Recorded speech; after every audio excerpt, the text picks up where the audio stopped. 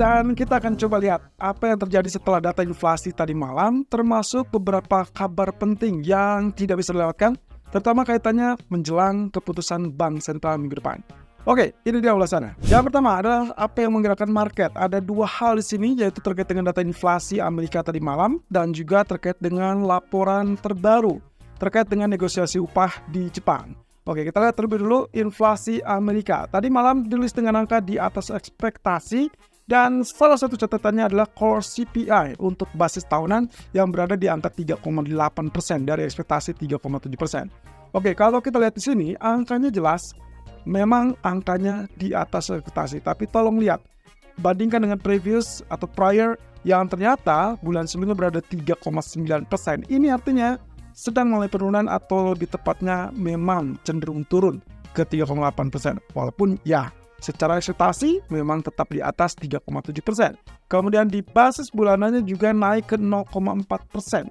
Tapi lagi-lagi kalau kita compare dengan ekspektasi memang dia mengalami kenaikan 0,1%. Tapi dibandingkan dengan previousnya dia cenderung tetap atau cenderung stabil.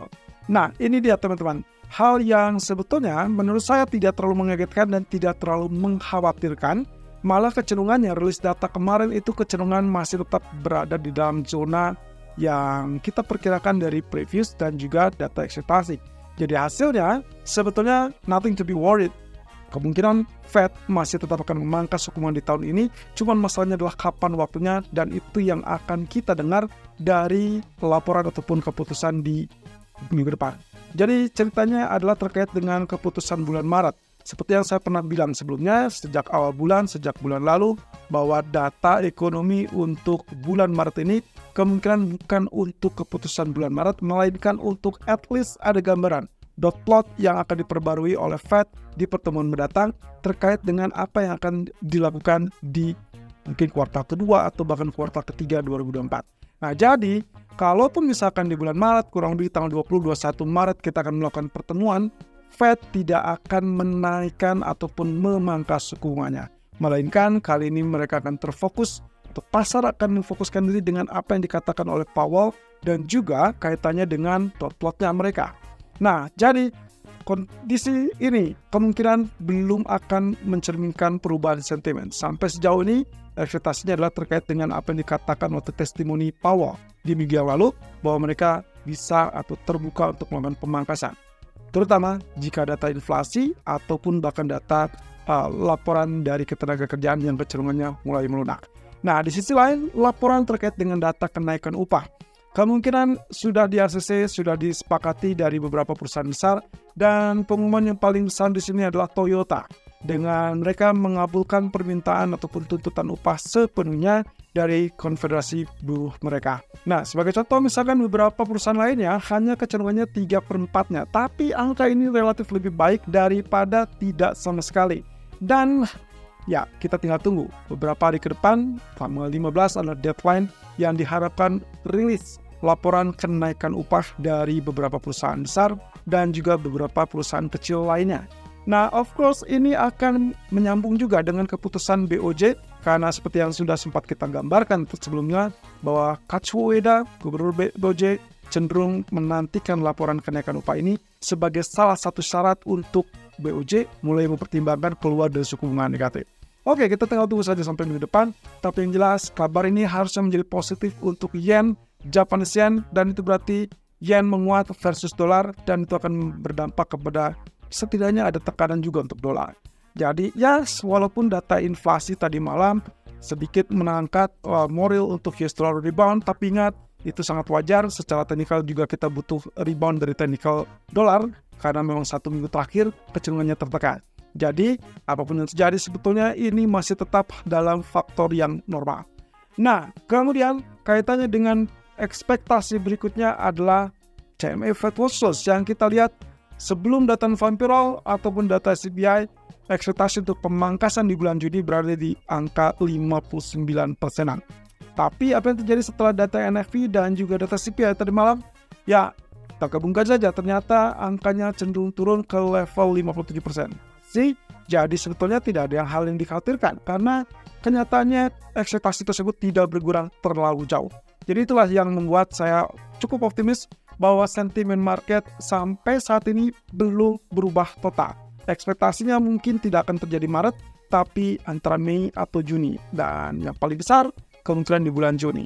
Nah, ini yang saya sebut. Kalau misalkan Anda lihat dari data non-farm payroll, angkanya adalah 275K. Dan harusnya lebih tinggi daripada ekspektasi, yang sangat mengharapkan penurunan di angka 198K. Ya, pertanyaannya pasti adalah kenapa US dollarnya tidak begitu kuat, malah dia kecenderungan turun. Memang kalau lihat sekejap, reaksi marketnya saat itu adalah persis dengan apa yang kita skenariokan. Begitu data muncul di atas 220 ataupun 230 ribu, angkanya kecenderungannya melemah. Jadi emasnya cenderung turun terlebih dulu, sempat turun kurang lebih sampai 2155, tapi kemudian dia rebound dengan sangat tinggi sampai teritori 2180-an. Nah, kemudian angka yang ini adalah terkaitannya dengan revisi. Jadi kalau Anda perhatikan revisi yang terjadi itu cukup dalam, teman-teman. Bayangkan dari angka yang bulan lalu dirilis dengan angka 353K, ternyata revisinya mencapai 229K. Jadi inilah salah satu bukti bahwa laporan sebelumnya yang dirilis di bulan Februari kecenderungannya adalah sebagai efek ataupun faktor musim. Ya, kemudian juga perhatikan tingkat upahnya. Tingkat upahnya turun ke 0,1% dari 0,5% untuk basis bulanan, belum lagi untuk basis tahunannya yang juga mulai penurunan. Nah, sementara untuk tingkat pengangguran mulai kenaikan dari 3,8 menjadi 3,9%.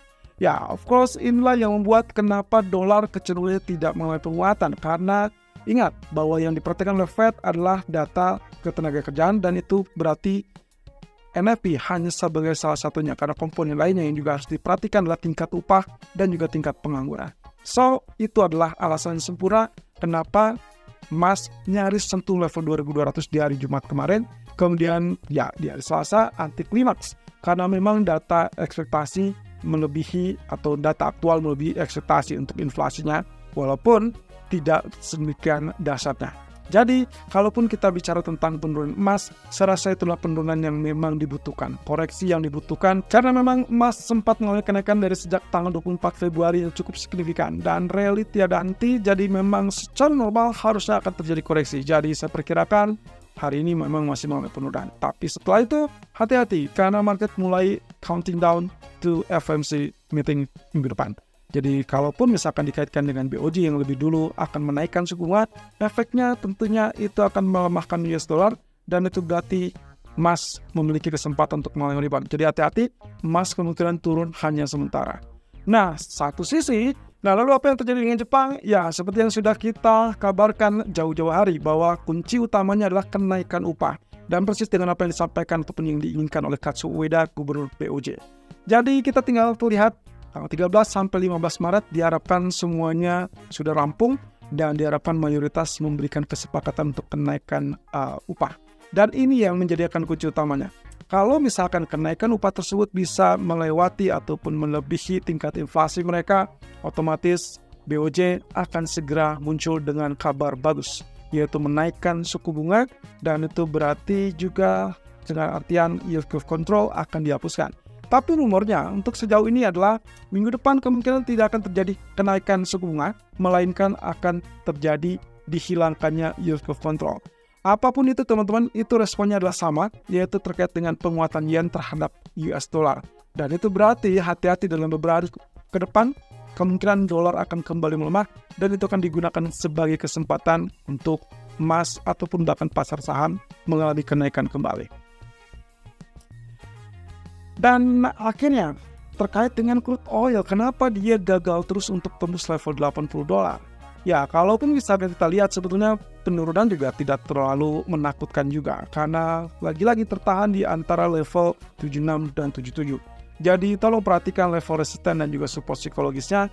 Untuk kali ini kalau sampai terjadi penembusan $76, maka dia akan kembali menuju area 74-73. Tapi kalau misalkan tidak terjadi penurunan tersebut, maka hati-hati, kemungkinan kita akan dapatkan dorongan untuk bangkit kembali di atas $79. Kunci utamanya sebetulnya 79.80, tapi kita tinggal tunggu saja. Yang menjadi kunci utama dari ekspektasi market adalah terkait dengan tingkat demand. Dilaporkan di sini posisinya adalah ada proyeksi tingkat pertumbuhan permintaan dari versinya Arab Saudi ataupun OPEC dengan versi IEA yang ternyata sudah sejak tahun 2008 itu mengalami perbedaan yang cukup signifikan. Angkanya cukup spesifik, 1 juta barrel per hari.